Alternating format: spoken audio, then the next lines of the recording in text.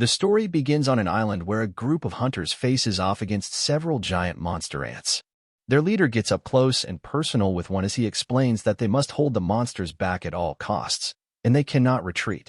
This group is quickly overwhelmed by the overgrown insects, and their leader begins to lose consciousness. One of the ants is snacking on his insides, and the leader's life begins to fade away. Just then, a man rescues him from becoming ant food and shocks the leader with his unbelievably powerful healing magic. The leader screams as this man is about to be attacked as well, but he is quickly saved. The man that saved him calls on his teammate to follow up his attack. This next teammate is an absolute beast as he smacks around the monsters. The first group realizes that they were just side characters all along, and they are amazed as it becomes very clear that these guys that came to rescue them are S-rank hunters.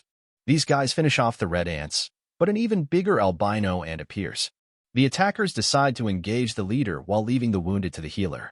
These powerful warriors initiate the fight and use incredible teamwork to rip off the thing's face arms. The powerful S-rank warrior then uses one of these face arms to absolutely destroy the giant pigmentless ant. There is no time to celebrate, though, as the albino army arrives. It turns out that the giant powerful ant was just one of many. But these hunters fear nothing. The mage powers up his lightning, and the brute goes into roid rage mode, causing his giant muscles to destroy his clothes.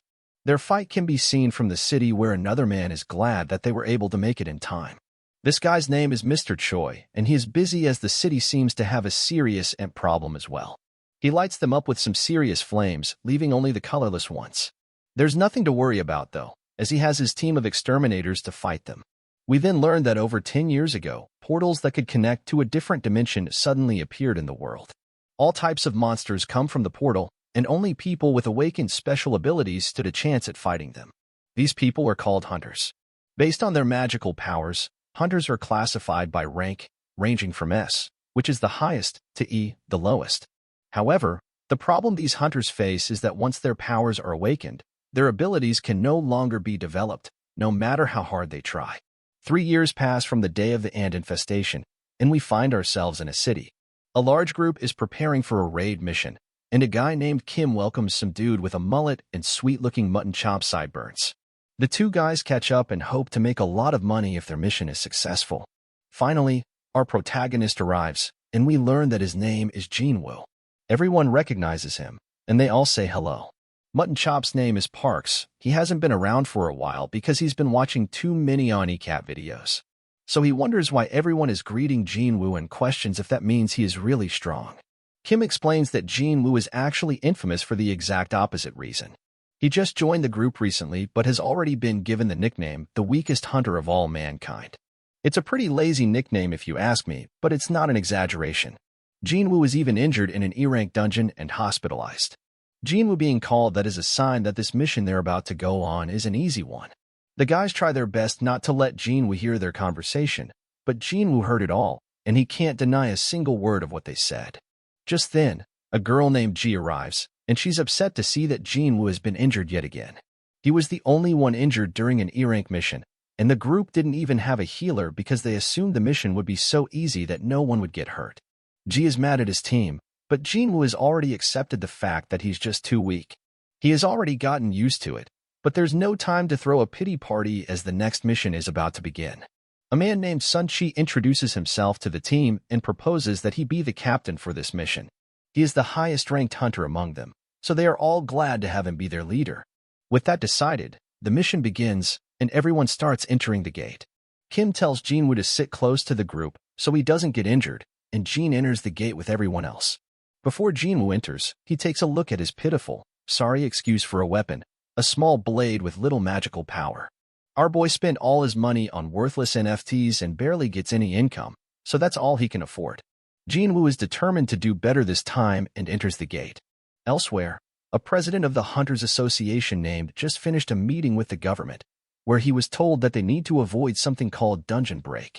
However, these same people demanded that they supply the goods acquired from the dungeon. Those in the association make a living by reselling goods acquired from the dungeon, so he doesn't have a problem with the request. The crystals obtained from defeating magic beasts are known as magic gems, and they are sold in exchange for money. Back with Jinwoo, we see that he has somehow managed to obtain a magic gem.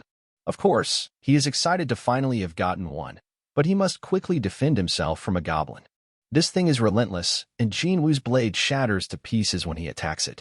The goblin stabs our boy, and Ji just stands around screaming. Luckily, the big guy from earlier runs past the useless girl and rescues our injured protagonist. Parks moves on to look for the next beast, leaving Ji to heal Jinwoo. While she heals him, Jinwoo can only watch as the rest of the team does all the work. We then learn that magic gems obtained from high-rank magic beasts can be made into more powerful weapons to defeat stronger magic beasts. Monarch crystals from the dungeon can also be weapons, but their effects are not nearly as good as those of the magic gems. The government wants to use these items as a new type of energy. It's safer and more efficient than all the other types of power, and it even causes less pollution. It's the ideal green energy, and the government is desperately researching how to generate electricity from the gems and crystals. These items can only come from the dungeon, so that makes the hunters extremely valuable. Back in the dungeon, the team celebrates after defeating the dungeon boss. Jinwoo really must be the weakest to ever exist as he took a ton of damage, and Ji is still healing him. She wonders why he chose to become a hunter in the first place since he's always getting injured, and he will surely meet his end one day. Jinwoo apologizes, but his words mean nothing, and she is just worried about him. Everyone gets their spoils from the battle, but there weren't many monarch crystals, and they likely won't make much money. Jinwoo wonders if it's really over and ends up being a bit disappointed to have only gotten a small E-rank gem. Doubt begins to creep in, and he determines that it's not enough to be risking his life over. Just then, one of the guys finds a deep cave, and they wonder if they have entered some kind of double dungeon. This does make sense since they have defeated the boss, but the dungeon isn't closing. Everyone gets excited, but Sony explains that in these situations, they are to report their finding to the Hunters Association and follow their instructions. The guys complain, though, and point out that this would mean they would be giving up a chance at finding valuables in an unexplored area. They also point out that it's only a D-rank dungeon, so it shouldn't be so dangerous. Kim then guilts the captain by pointing out that Mullet Man's wife is pregnant with their second child, so they need more money than the stuff they already found will provide. Sony is concerned about the unknown dangers of the unexplored area, so they take a vote.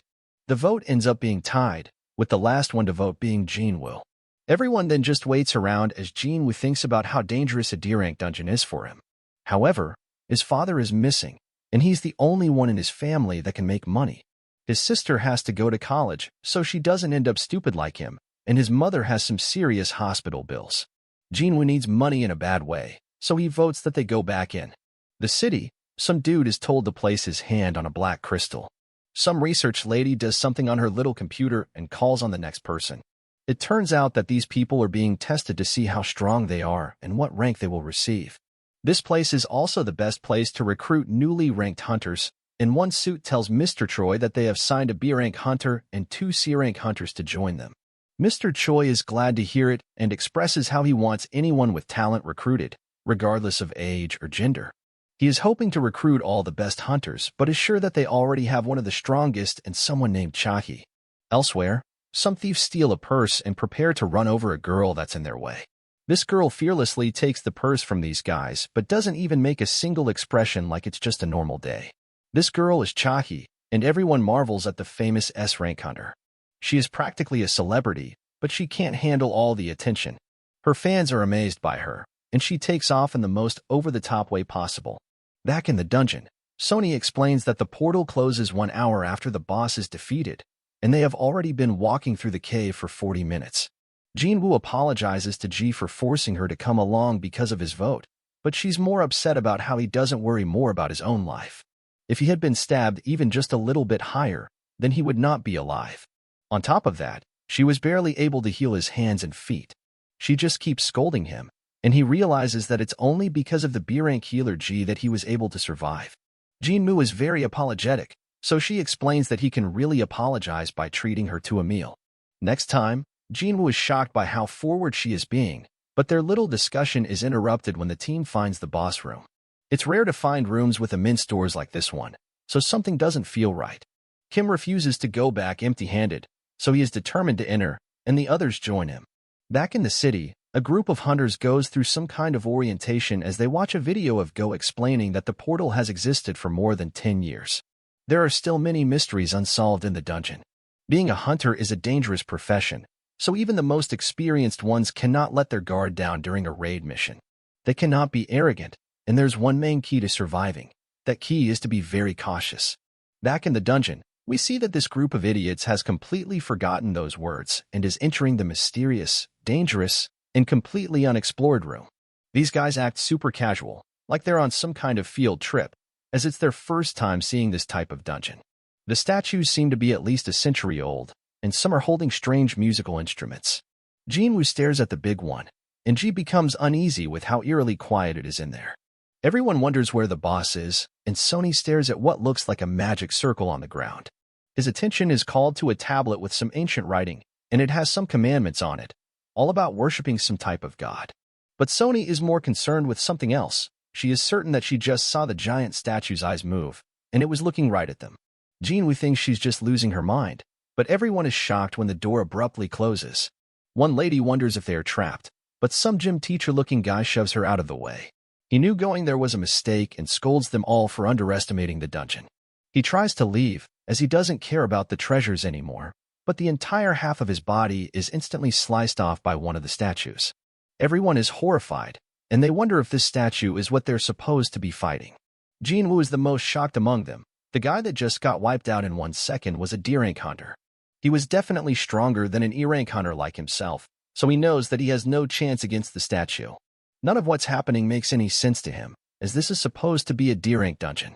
While everyone panics, Jinwoo comes to a terrifying realization. If that statue was able to move, then that might be true for the other statues. Jinwoo looks to the giant statue and is shocked when it looks right back at him.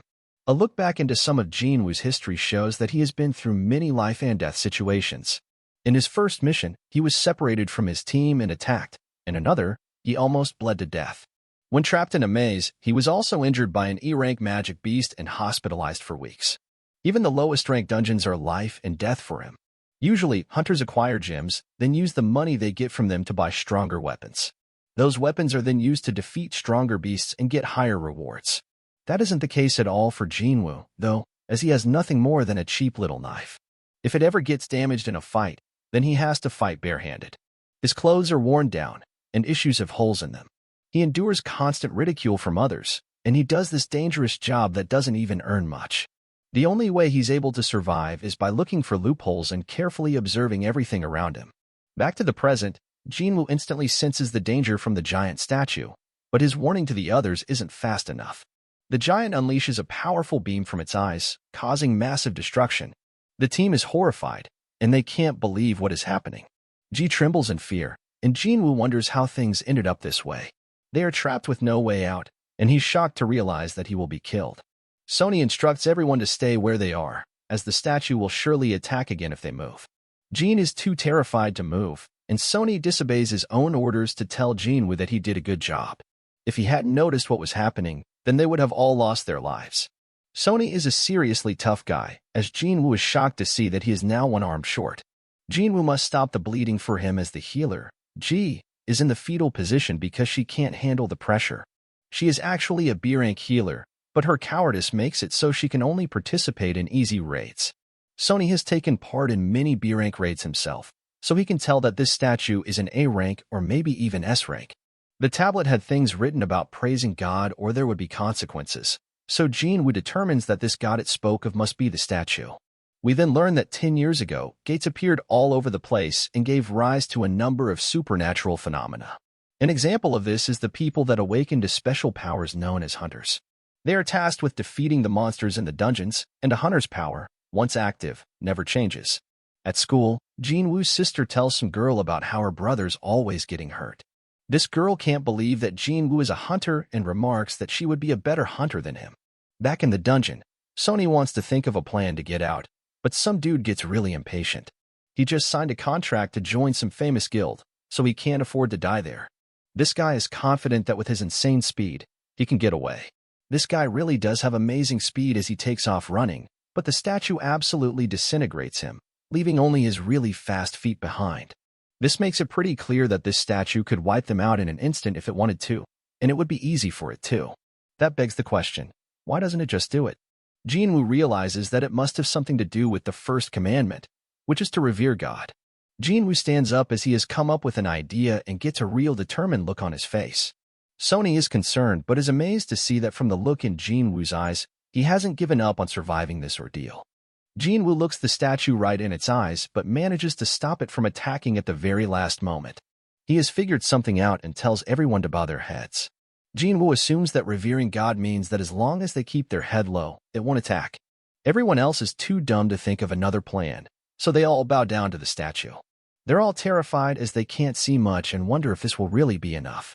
Everyone freaks out, though, when the statue makes a terrifying face. Mutton Chop Sideburns gets up against everyone's recommendation, and he gets all excited because the statue isn't attacking anymore. Everyone follows his lead, but Jinwoo feels like there is more to this. Just then, the statue shockingly stands up. The team's supposed leader turns to Jinwoo now as he hopes they have some kind of plan. Unfortunately, Jinwoo doesn't, but he is certain that they can't break the commandments set by the tablet. The second commandment was to praise God, so one brave long-haired man steps forward to give something a try. He begins to pray to this thing, and everyone thinks it's working as the monster slows down. Jinwoo knows better, though, and reveals that the guy's words don't apply to this god. The statue instantly stomps on this poor guy, and everyone freaks out. Absolute mayhem breaks out as some side character girl gets crushed, and everyone decides it would be best to spread out. Parks thinks about how he can't leave his family without a father, but he picks the wrong place to stay still as another statue slices him in. As Jinwoo runs with Ji, he desperately tries to think of the meaning behind praising God. This monster is practically the devil, so he can't think of anything to praise about it. But what he does know is that he can't leave Ji alone as everyone loses their lives around them. Jinwoo frantically searches for clues as he looks at everything the statues are holding. He comes up with an idea and tells everyone to go to the statues that are holding instruments. Everyone does just that, and it becomes clear that these statues don't attack. Instead, they play their instrument. The one Jinwoo arrives at doesn't play its music, so it becomes clear that it doesn't work with two people. After Jinwoo leaves Ji, the statue plays music, and Jinwoo rushes to find his own statue. The giant statue nearly crushes him, but a scream points out that Jinwoo has landed in front of the wrong statue. This statue slams its shield right on top of him, causing Ji to scream out to Jinwoo. Jinwoo is still alive but in really bad shape. He is determined not to give up, but the giant prepares to end his life once and for all. Jinwoo refuses to die as the giant slams its foot down, but a statue begins to sing, and we see that Jinwoo made it to a statue just in time. He realizes that this is what it means to praise God, and the giant statue takes its seat. Jin tells Ji that he is fine, but she is stunned to see that his foot was ripped off. He tries to tell Jei that he will be fine, but she refuses to listen. She is determined to heal him, but her body begins to fail. Everyone is stunned to see how horrifyingly terrible the raid has gone. One guy even tells Sony that losing his arm was karma for leading them down this path as their leader. The others think that's a bit too harsh, but Sony takes full responsibility. Jinwoo is way smarter than all these people, though, as he knows that there's no time to be fighting since there is still one more commandment left. Just then, the giant raises an altar at the center of the room. Jinwoo knows them well from legends where they are used for offering treasure and sacrifices to the gods. The third commandment was proving your faith to God. Kim assumes that the sacrifice must be someone's life, and he couldn't think of a better candidate than their leader. They have all had to witness the deaths of their team, and Sony is the one responsible. Sony decides to go to the altar, but Jinwoo points out that it isn't all his fault since they voted to come down there. A fire appears as Trey approaches the altar, and he asks Jinwoo if there's something else he needs to do. Jinwoo is not only the smartest of the bunch, he is also the bravest as he asks the others to help him get to the altar so he can examine it.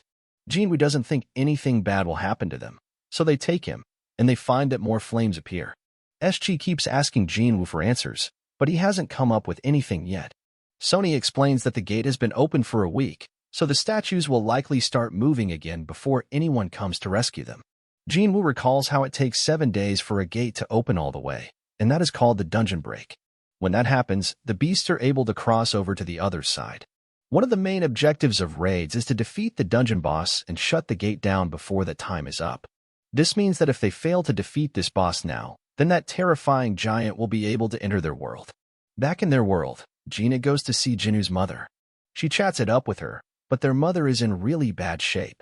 In the dungeon, Gina tells the cowards of the group to come towards the altar since he predicts that they need a flame to light up for each person. Once they do, more flames appear, and the door opens right up. They fear that it might be a trap, and the other statue shockingly begins to start moving towards them. Everyone panics, but Jinna keeps his calm to analyze the situation. This absolute genius realizes something else and tells everyone to keep their eyes open as the statues won't move if they are watching them. Everyone listens to his orders, and it surprisingly works. Everyone does their best to keep their eyes on the terrifying statues, but one woman succumbs to fear and tries to run for the door. The second she crosses the circle, her fire goes out, but she does manage to run out the door. Sony can't understand what's happening. The door clearly closed a bit, but the girl did seem to make it out. He thought they needed to stay in the circle, so of course, he turns to Jinwoo for answers. Jinwoo is just as confused, but he once again analyzes everything. The blue flames have been dying out over time. One of the orange ones went out when someone escaped. The first order was to revere, the second was to praise, and the third is to prove their faith. Jinwoo is certain that the door must be a trap. This situation is causing danger and fear and now offering a false sense of hope. This makes him wonder if it's testing their faith in this god. Jinwoo is tossed to the ground as the next idiot decides to make a run for it, and the same thing happens. His flame goes out, the door closes a bit, and he seems to escape. Kim has thoughts of leaving, but Jinwoo warns everyone not to move. If anyone else leaves, they won't have enough eyes to keep the statues from moving. He reminds everyone that as long as they keep their eyes on the statues and don't move, they will be safe. Jinwoo shows more of his deduction skills as he has determined that the blue flames serve as a timer, and when they're all gone, they will be able to leave. Kim points out that there is also a chance that they will just get trapped when the timer runs out. He concedes that he didn't expect Jinwoo, who is their weakest member, to have pulled off as much as he has. The only reason they are alive now is because of him. However, Kim has a family waiting for him, and he doesn't want to die. He just wants to make it home and can't risk Jinwoo being wrong. Kim apologizes and runs out the door. With not enough eyes to keep watch of all the statues, they begin to move again. Jinwoo still refuses to lose his life here and reminds himself that he has managed to make it out of tough situations before. Things are clearly worse than ever, though, and Sunchi shockingly tells Jinwoo and Ji to leave. He predicts that the door will stay open as long as one person remains by the altar. The two of them have long lives to live, so he insists that they should be the ones to go. SG wants Ji to look after Jinwoo, but her legs give out on her. Things couldn't possibly get any worse, and SG realizes that Jei must have overexerted herself while healing Jinwoo. Things have taken quite the turn, so Jinna tells them to leave him behind. Ji needs someone to carry her out of there, and Sony's the only one with 2 working feet. Ji thinks she should be the one to be left behind, but Jean reminds her that he promised to take her out to lunch. He gives her his gem so she can buy a meal with it and promises to get the change when he gets out of the dungeon. Ji refuses to leave him behind, but Long apologizes and knocks her lights out as they really are out of time. He apologizes to Jinwoo as well and leaves him behind to take Ji to safety. Jinwoo can at least take solace in knowing that he will be the only one who has to die, and his only regret is that he didn't take out a better life insurance policy. Jinwoo grabs hold of a sword as he is determined to at least take one of these statues down with him and tells them to bring it on. The statues savagely start attacking him, and Jinwoo gets tossed around as he struggles to survive. Jinwoo thinks about how he has always been the weakest. He has been mocked for it time and time again, but he has always tried as hard as he could. These statues are relentless as they cut off one of his arms, and Jinwoo screams in agony. Jinwoo is furious that it has to end this way since he tried so hard to be stronger. The statues cause him even more pain and thrash him about further. Jinwoo continues to think about how, even though he failed to get stronger, he still gave it his all to get this far. Jinwoo motions to yell in anger one more time, but he can't even do that as he is stabbed through the chest. Jinwoo is just barely alive, but rage overwhelms him as he thinks about the first few people that ran from the altar. They said they just couldn't take it anymore, but Jinwoo points out that they all felt that way, and all they were doing was justifying their own selfishness. The supposed gratitude they felt was superficial, and it's always the most selfish people who benefit the most.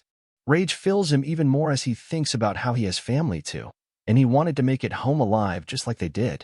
He screams in pain as these statues torment him even more, and Jinwoo begins to wonder if it's really a good thing that he's the only one that has to die. As Jinwoo's tattered body lies on the altar, he wonders how he could have thought that way and calls himself a hypocrite.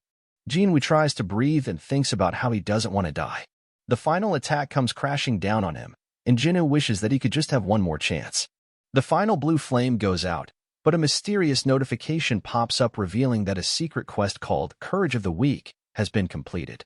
The qualifications to be a player have been acquired, and it asks for it to be accepted. The player's heart will stop in a fraction of a second if not accepted, and the button saying yes is pressed. Thanks for watching my recap.